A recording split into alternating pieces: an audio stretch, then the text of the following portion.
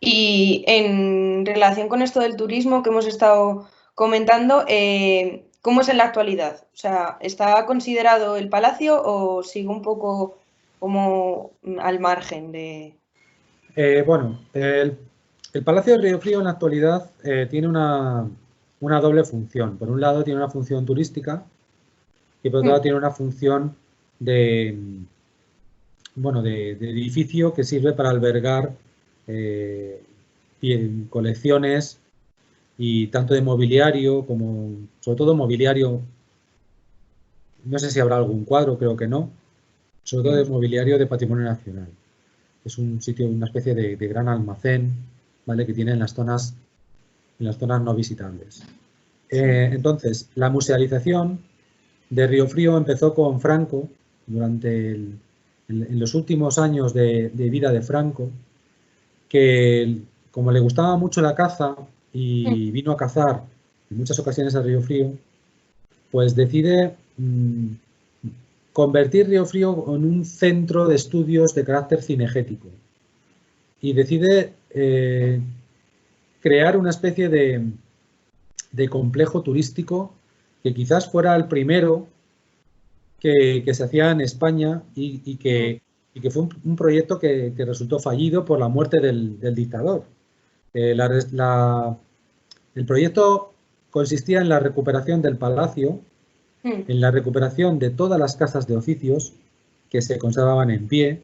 Ahí tenía pensado construir un complejo hotelero, convertir todas esas estancias en un parador y ese parador tenía que ir abastecido por un restaurante, ¿vale? Sí.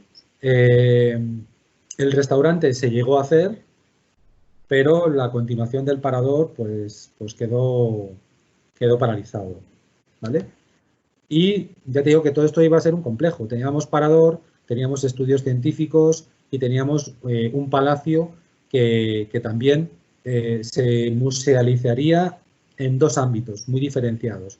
Por un lado, se visitarían las salas que todavía tenían algún tipo de mobiliario, que son todas las que utilizó Francisco de Asís y luego Alfonso XIII, y la otra parte del palacio que estaba totalmente vacía, sobre todo la tercera planta que estaba totalmente vacía, pues Franco decidió instalar un museo de caza.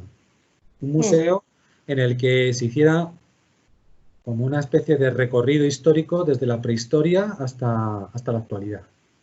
Y en ese museo de caza, que se instaló finalmente en la planta principal del palacio, se desmontaron un montón de salas que estaban vestidas, que se sabe que estaban vestidas y que tenían función por los inventarios de la época de Francisco de Asís, y sobre todo el inventario que se hace cuando se proclama la Segunda República, que en ese inventario realizado en 1931 se inventarian también los objetos de una fábrica que instaló de manera privada el rey Alfonso XIII, una fábrica de embutido, una chacinería.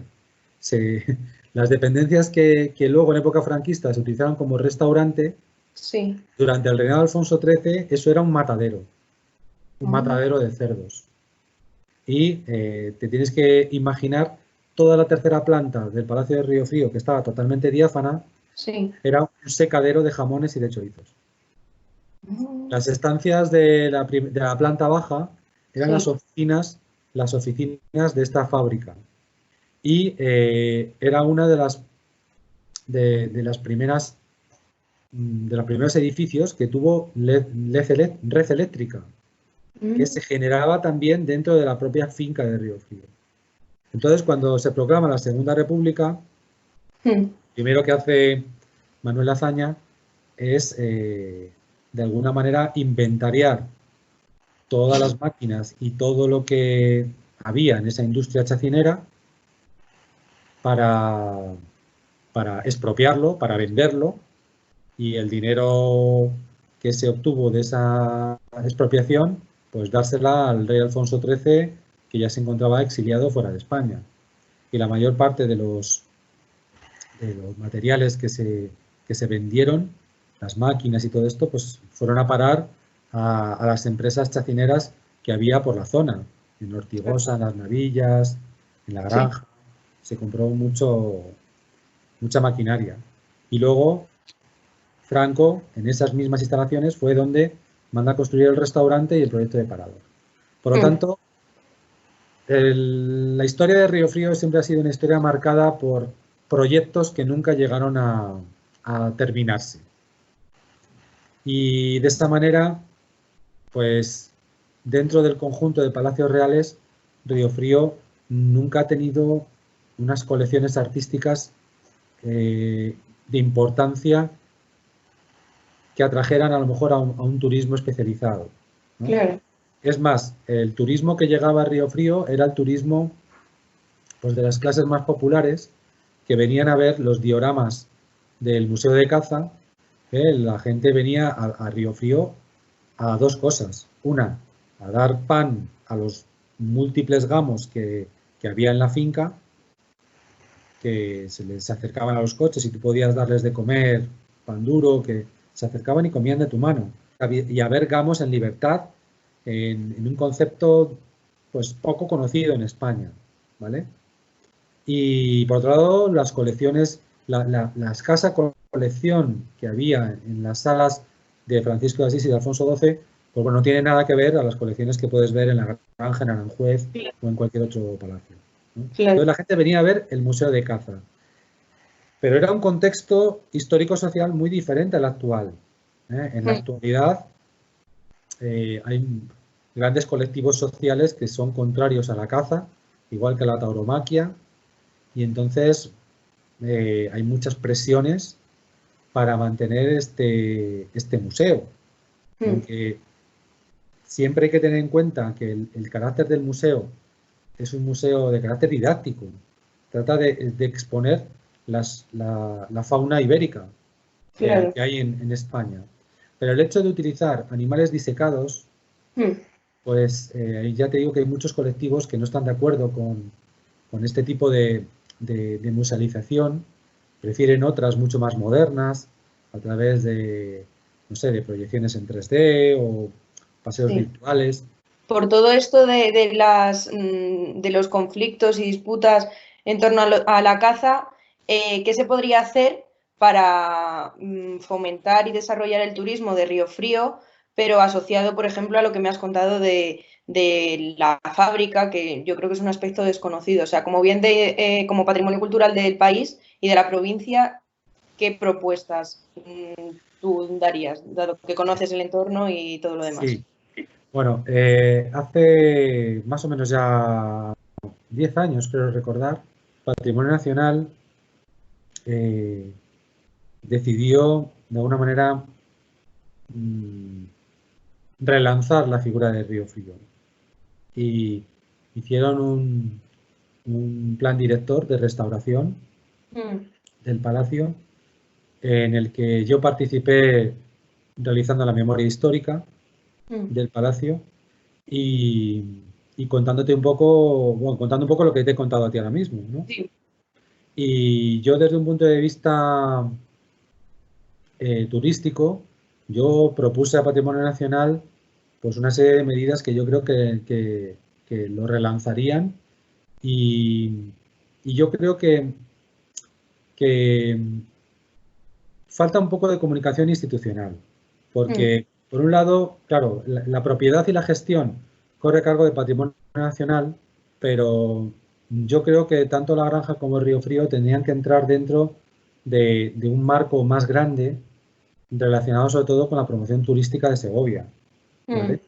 Y mucha gente que viene a ver Segovia, evidentemente, podía visitar también los palacios reales y ampliar el número de pernoctaciones en nuestra provincia y que permitieran un mayor desarrollo turístico.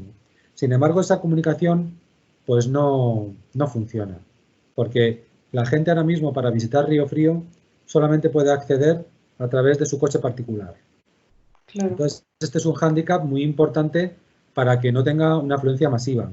Y Riofrío no está dentro de los circuitos turísticos que se lanzan en Segovia.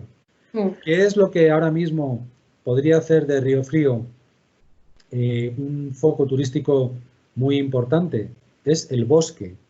El bosque de Riofrío que tanto atrajo a Alfonso XII, a Alfonso XIII, y ya te digo, a la gente de mi generación que íbamos a Riofrío a dar de comer a los gamos y aprender a montar en bicicleta, íbamos porque el acceso era gratuito. Ahora mismo entrar en el bosque de Riofrío supone ya un coste importante. No sé si rondaban los 4 euros más o menos solamente entrar al recinto del bosque por coche, por vehículo, y si ya ves todo el complejo, palacio y bosque, pues creo que, bueno, no sé exactamente cuánto cuesta, pero supera los 6 euros, creo. Entonces, claro, es un alto coste para... Te tienes que trasladar de una manera específica para verlo y encima está muy acotado. Pero el bosque realmente es un recurso por explotar. La recuperación de ese patrimonio industrial, que ahora está muy de moda, la recuperación del patrimonio industrial, se están recuperando molinos, se están recuperando industria harinera. Bueno, yo creo que Riofrío ahí tendría 4 o 5 ejemplos muy, muy claros. Y también hay hornos de cal. Hay hornos de cal, hay hornos de ladrillo, hay areneros y hay canteras de roca caliza, también dentro del propio término, en ese aspecto que te dije yo antes de autofinanciación de Isabel de Farnesio, explotó la finca todo lo que pudo. Claro. Pero con una condición, de que los obreros no podían molestar la caza. No podían tocar, no podían molestar a los gamos, no podían tener perros, ni siquiera, que molestaran a los gamos. Sí. Entonces, yo creo que una manera de dinamizar el turismo de Riofrío y hacerlo pues más conocido sería el organizar una serie de paseos organizados, porque ya sabemos lo que ocurre con los paseos no organizados, que la gente hace lo que quiere, molesta a los animales, entonces en épocas sensibles de cría, pues afectaría de una manera muy importante. Entonces yo, cuando hice el plan, la memoria histórica, yo sí que proponía a Patrimonio Nacional la realización de una serie de rutas para bueno, conocer la diversidad biológica que hay en Riofrío, pero bueno, no se han llevado a cabo. Y en este sentido de la importancia, pues tanto de la fauna y especies vegetales como de restos de industria, ¿consideras que sería una buena idea fomentar la historia de los 3 sitios reales existentes en Segovia más allá de palacios? O sea, relacionar tanto la granja como Balsaín como Riofrío, dado que lo único que se encuentra 100% reconstruido y bien enseñado, por así decirlo, es la granja, pues intentar fomentar Balsaín, sus ruinas y todo lo demás, pues que no se, que se arruinen más de lo que están en la actualidad, y que pase lo mismo con Riofrío, que al final también se enseñen los hornos, que es una parte muy importante, y demás aspectos que hay en el recinto de Riofrío. Bueno, en el caso del Palacio de Balsaín es muy complicado porque no forma parte del patrimonio nacional. Muchas veces la falta de aprecio a un monumento viene por el desconocimiento del propio monumento. Claro. Y uno de mis objetivos por estudiar Riofrío es precisamente eso, recuperar su historia para que sea accesible y para que la gente conozca el palacio, porque algo que no conoces, algo que no valoras, es algo que no cuidas y algo que no lo revalorizas, ¿no? Entonces hay que partir por la educación. Y yo, el objetivo principal del libro que me editó la obra social de Caja Segovia, pues tenía esta finalidad, es de difundir el patrimonio de la provincia. Entonces, pues bueno, yo he contribuido en lo que he podido. Algún día me gustaría volver a reeditar esta publicación y continuar escribiendo sobre Riofrío, ya digo, con ese carácter didáctico, ¿no? Claro, claro.